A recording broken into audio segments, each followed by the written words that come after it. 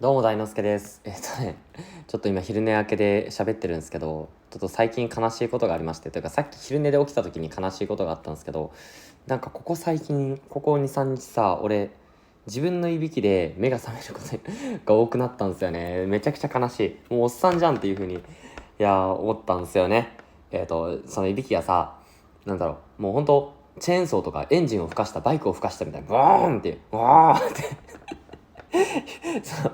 脳みそがさおぼろげながら覚えてるわけなんですね、その音をね。で自分の中からゴワーって音がしてはっって目が覚めて、あれ俺さっき自分のいびきで目が覚めたって。でそれさ、俺実家帰った時とか自分の両親とかも、俺の母親も父親も結構いびき言うタイプなんですけど、でそのね、いびき結構言ってたよみたいな風になんか2人が昼寝して目が覚めたとか俺言ってるからかってるんですけど、でなんか俺もなんか自分のいびきで目さがちょっと聞こえたわ、記憶にあるわみたいな風に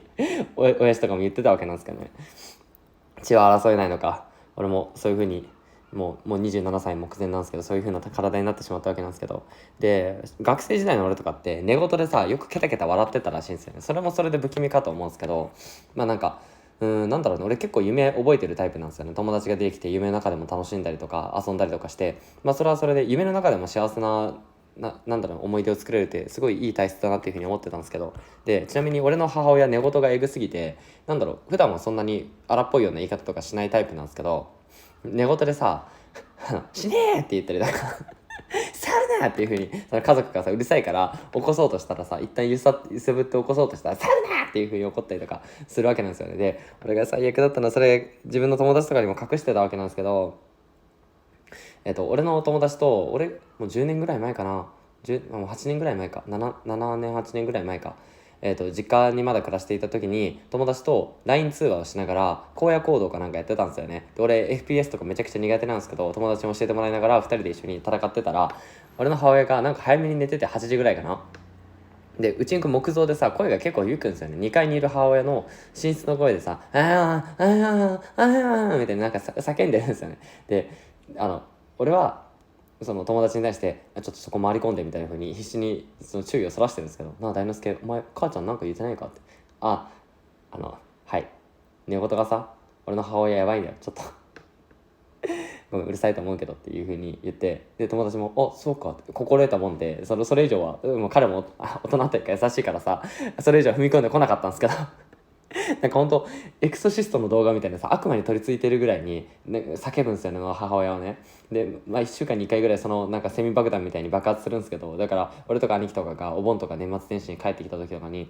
今日は言うからみたいな風になんか夜晩飯みんなで食ってる時とかに母親をみんなでからかったりとかするんですけど、そんな話はさておいて、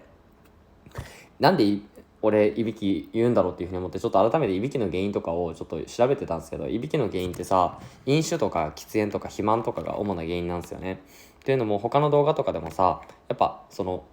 いびきの原因ってお酒を飲むと喉の周りの筋肉が緩むんですよね。で緩むことによって気道、その空気の通り穴が塞がって、それでグゴゴーっていう風にいびきが鳴るわけなんですよね。とか肥満、太っていると喉の周りに脂肪がついて、その脂肪によって気道が圧迫されてグゴゴーっていう風にいびきを言うわけなんですよ。だからなんかおっさんとか、特に太った中年の人とかがいびきかきやすいわけなんですよね。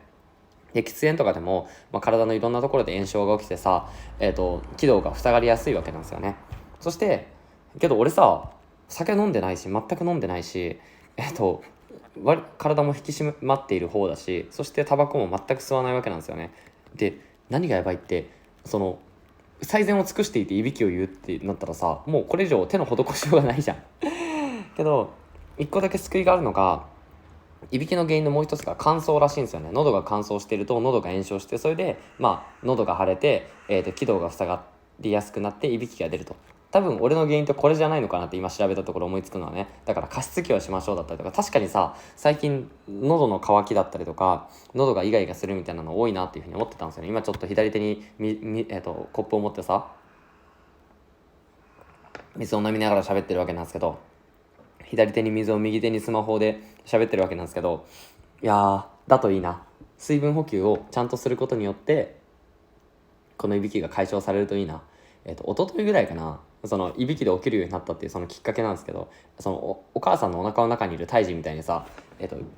横向けになって冬眠してるみたいにさ、体を丸めて寝ていたんですよね。だったらその自分の体がグゴーっていう音がしてうとうとしてたのに目が覚めたんですよね。で、あれちょっとマジかっていうふうに思いながらも、その後再び眠りに落ちたわけなんですけど、でさっきもさグゴーっていうふうにでかい自分のいびきで起きて、俺いびき言ってたのかって、その誰かと同棲してるわけじゃないからさ、お前いびきやばいぞっていうふうに言ってくれる人がいないわけなんですよね。いやー悲しいな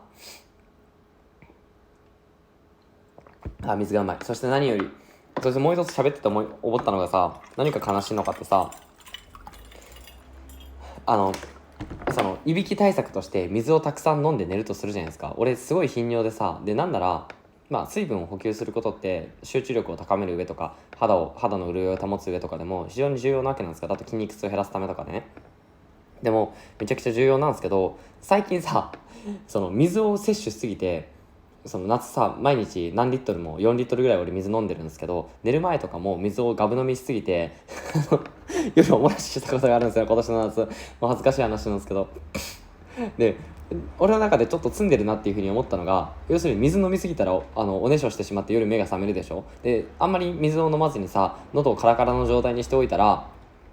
水分不足で足がつって目が覚めたり、もしくは、喉が乾燥して喉の炎症が起こっていびきをかいて自分のいびきで起きる。結局俺はどのルートに分岐したところでさ、夜中目が覚めてしまうわけなんですよね。っていう風になったら、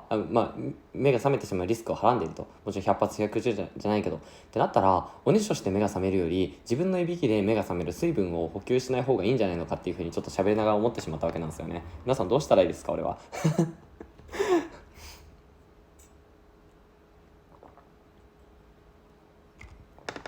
っぱりさ、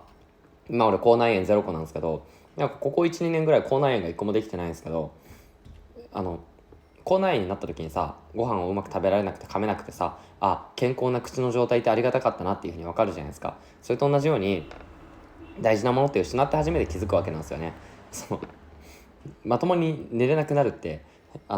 毎日寝れていた状態がどれだけ愛おしかったか大事だったのかっていうのをちょっと今しみじみと感じています。で、いびきをなくすためのテープみたいなのを一時俺口に貼ってたんですよね。いびき防止用テープみたいな、あれやったら口を閉じることによって鼻呼吸をするとより深く酸素を取り込めてよりぐっすり眠れるようになった記憶があるんで、あれをさまたしばらくやってみようかなっていうふうに思うんですけど、かといってさ、じゃあ死ぬまでその口に毎晩貼るテープをさ使い捨てのやつを買うかってなったら、なかなかのコストがかかるなっていうふうに思ったりする今日この頃。はい、そんな感じで皆さんもそういう悩みとかあったらぜひ、そして解決方法とかご存知でしたらぜひコメント欄でお待ちしてます。じゃあバイバイ。